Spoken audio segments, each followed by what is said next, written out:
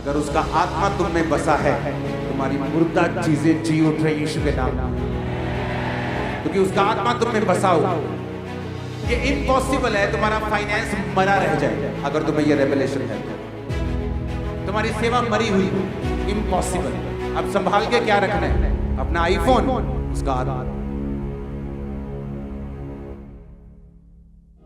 वो आत्मा जो जीसस के अंदर था और उसने उसकी मुर्दा देह को जी उठाया, अगर वो आत्मा तुम में बसा हुआ है तो वो तुम्हारे मरे हुए शरीरों को क्यों ना जी उठाएगा?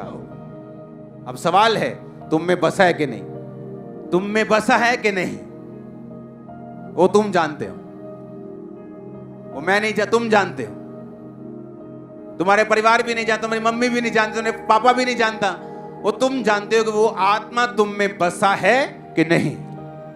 क्योंकि अगर मेरा दिल परमेश्वर के साथ लगा हुआ नहीं और मैं उसकी आवाज को सुनता नहीं हूं, माफ नहीं करता हूं, नफरत रखता हूं,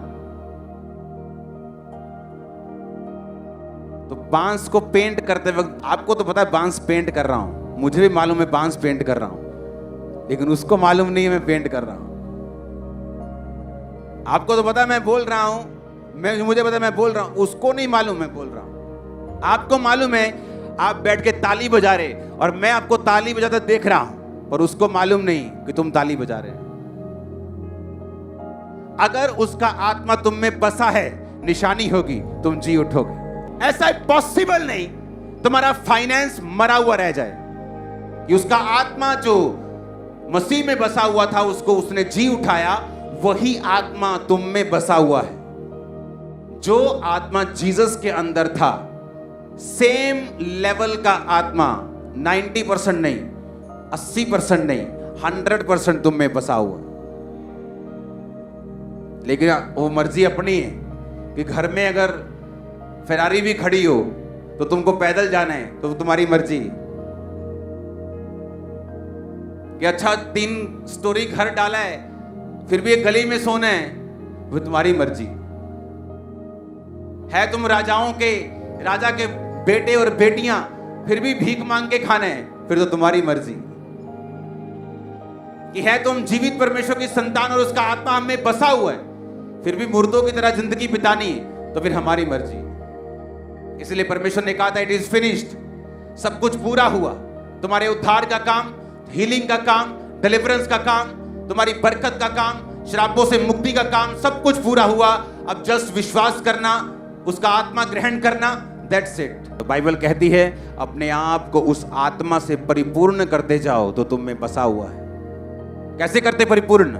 वर्शिप करके। इसलिए आप हर संडे आते हो, वर्शिप करते हैं, थर्सडे वर्शिप करते हैं, शाम को प्रेयर माउंटेन की प्रेयर में हम जुड़ते हैं। क्यों? ताकि वो आत्मा हमारे अंदर रिन्यू रहे, भरपूर रहे।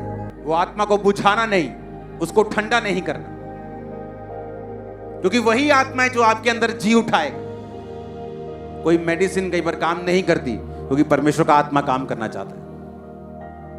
अगर उसका आत्मा तुम में बसा है, अगर, तो तुम मेडिटेशन कर सकते हो रोज, तुम्हारी मुर्दा चीजें जी उठ रही यीशु के नाम में, क्योंकि उसका आत्मा तुम में बसा हुआ है। ये इम्पॉसिबल है तुम्हारा फाइनेंस मरा रह जाए अगर तुम्हें ये रेवलेशन है तो। तुम्हारी सेवा मरी हुई हो, इम्पॉसिबल है।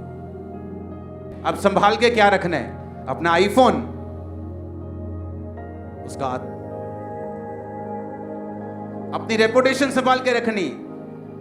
क्रिश्चियन बन जाएंगे तो वो कुछ ना कहे, क्रिश्चियन बन गए तो वो कुछ ना कहे, मेरा एमएलए कुछ ना, मेरा सरपंच ना कुछ कह दे।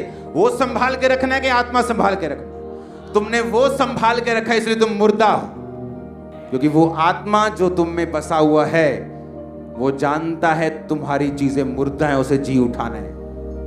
मैं बहुत से लोगों से मिलता हूं, अपने दोस्तों से मिलता हूं। कई बार मैं मौका मिलता है मुझे कि मैं उनको बुला लूं 2 मिनट के लिए कुछ सालों के बाद, तो क्या नोटिस करता हूं, बहुत मेहनती लोग, लेकिन अभी भी चीजें मरी हुई। क्यों? ना तो बल से, ना शक्ति से, उसकी आत्मा के द्वारा। मेहनती लोग लेकिन मरे हुए, टैलेंटेड, अच्छे, गुड नेचर, ईमानदार, फिर भी मरे हो। क्योंकि परमेश्वर ने कहा ना तो बल से, ना तो ईमानदारी से, ना तुम्हारी ताकत से, ना तुम्हारे टैलेंट से, बल्कि उसके आत्मा के द्वारा। और जब मैं ऐसे अपने लोगों से, पुराने लोगों से मिलता हूं 15 साल बाद, तो मुझे फर्क महसूस होता है कि परमेश्वर का आत्मा हम में नजर आता है, कि वाकई वो चीजें जो लोगों की संघर्ष से भरी हुई, वो हमारे लिए ऐसा है जैसे पेपर फाड़ना एक कॉपी से, शुर खत्म, बड़ा काम फिर खत्म, दैट्स इट। और उनके लिए बड़े प्रोजेक्ट्स हैं जो आपके लिए आसान हो चुके हैं, क्योंकि ना बल से ना शक्ति से, उसकी आत्मा के द्वारा। उसका आत्मा आज से आपका बेस्ट फ्रेंड बन जाए। ये मकसद है आपको चर्च में परमेश्वर का लेके आने का, क्योंकि वो चाहता है कि आप उसकी आत्मा को दिल में बसाएं, उसकी आत्मा के अनुसार चलें, उसकी आत्मा की ताकत को प्रयोग करें, प्रेयर से उसको जिलाएं जो मुर्दा है, क्योंकि उसका आत्मा आपके अंदर बसता है। जब उत्पत्ति हुई थी, यहोवा ने कहा उजाला हो जाए, तो उजाला बोला किसने? यहोवा ने। उजाला किसने किया? पवित्र आत्मा। जब पवित्र आत्मा आप में बस गया, अब दूसरा काम यह है, आपको बोलना है। क्या बोलना है? तेरी ऐसी दी तैसी। ग्वांडन को यह नहीं बोलना है। क्या बोलना है? वो बोलना है जो बाइबल कहती है। मेरी जुबान बाइबल की जुबान सेम सहमत होनी चाहिए। अगर मुझे बाइबल वाला छुटकारा लेना है तो कैसे? मान लो कोई ऐसा यहां शख्स बैठा है जिसको डॉक्टर ने बोल दिया, भाई तेरी हड्डी, बहन जी आपकी हड्डी में ना मॉइस्चर खत्म हो गया, आपकी हड्डी में जो ग्रीस खत्म हो गई,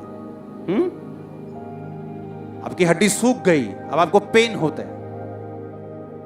नीति वचन 3 में लिखा, अगर तू मेरी आज्ञाओं को माने, मेरे हुक्मों को माने और मेरा डर माने और बुराई से दूर रहे, मैं तेरी हड्डियों के मॉइस्चर को ठीक कर दूंगा। लेकिन आपको मालूम नहीं ये लिखा कहां है। आप में आत्मा तो है पर अब वचन नहीं।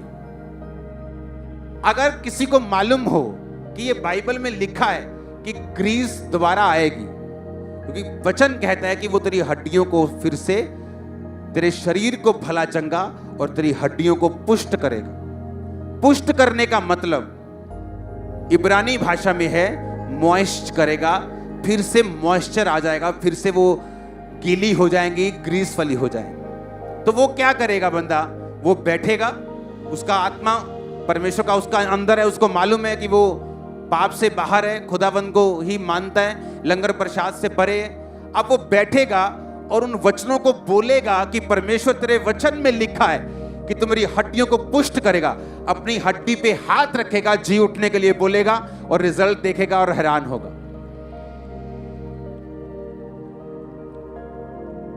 कैसे जो प्रेरित काम करते थे, उनको मालूम था कि मेरे अंदर परमेश्वर का आत्मा है। हाँ, इसको बेबी की जरूरत है। मेरे अंदर परमेश्वर का आत्मा है। वचन कहते धर्मी का वंश बचाया जाएगा। उस वचन को याद करके बोलूंगा, डोंट वरी, तेरे बेबी होगा। क्यों? मैंने वचन को याद किया है, वचन को बोला है, स्पिरिट मेरे अंदर है, मैंने ले हैंड किया, डोंट वरी, मुझे मालूम है होगा। ये कोई टोटका नहीं है, ये कोई शब्द नहीं है, जस्ट वर्ड नहीं है, ये एक कैलकुलेटेड मिरेकल है। सोचा समझा। क्यों? क्योंकि आपको रेवलेशन मिल गई, आपको समझ आ गई कि प्रभु का आत्मा अगर मेरे अंदर है, वो जी उठाएगा सब मुर्दा चीजों को। अगर मेरी जी उठाएगा तो उसने कहा तू जिस पे हाथ रखेगा वो भी जी उठेगा। अब सुनो, जब कोई मुझे मिला, आजा मेरे बेबी नहीं, डोंट वरी, मैं वचन को याद करूंगा, परमेश्वर का धर्मी का वंश बचाया जाएगा, डोंट वरी, ओके, मैं प्रेयर करूंगा आपके लिए, आपका वंश बचाया जाएगा, आपके बेबी होगा। ये मैंने वर्ड नहीं कहे, मैंने बाइबल के वचनों को याद किया, स्पिरिट का यूज किया, ले हैंड किया, वर्ड बोला, मुझे मालूम है काम होगा। कि पहले तो उसकी आत्मा को अपने अंदर बसाना है। दूसरा, आपको वचन की एग्जैक्ट नॉलेज होनी चाहिए। कौन सा वचन कहां लिखा है, मेरी बीमारी के विषय में, मेरे हस्बैंड के विषय में, मेरी वाइफ के विषय में, मेरे फाइनेंस के विषय में, कौन सा वचन क्या कहता है आपको मालूम होना चाहिए। क्योंकि जहां आत्मा है और वचन नहीं, वहां भी काम नहीं होता। आपने चर्चेस में देखा होगा वचन का प्रचार बड़ा गहरा होता है कई जगह, गहरा प्रचार करेंगे, बाइबल जो दाऊद दी अन्य लड़ाइयां ओ तेरे दी याद, पर आत्मा नहीं। प्रचार कर देंगे, आत्मा नहीं, तब भी काम नहीं होगा। और कई जगह सामर्थ को उड़ाते रहेंगे, भगाते रहेंगे, वचन नहीं है, तब भी काम नहीं होता लोगों की लाइफ। इसीलिए आपको बैलेंस रखना पड़ता है। आपको वचन भी देना पड़ता है, आपको स्पिरिट की मैनिफेस्टेशन भी करनी पड़ती, ताकि लोगों की लाइफ में काम हो, प्रैक्टिकल उनकी जिंदगियां बदले। रोमियो 8:11 फिर पढ़ेंगे।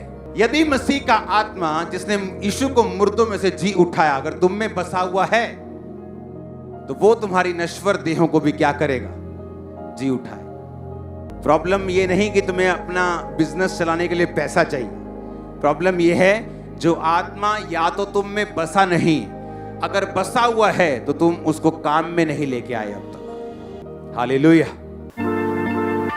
परमेश्वर के गहरे वेदों को परमेश्वर के दास के द्वारा जानने के लिए और ऐसी और नई वीडियोस को देखने के लिए हमारे YouTube चैनल को सब्सक्राइब करें और साथ में बेल आइकन को प्रेस करें, ताकि ऐसी और नई वीडियोस की नोटिफिकेशन सबसे पहले आप तक पहुंच सके। जुड़े रहें परमेश्वर की हजूरी के साथ। God bless you.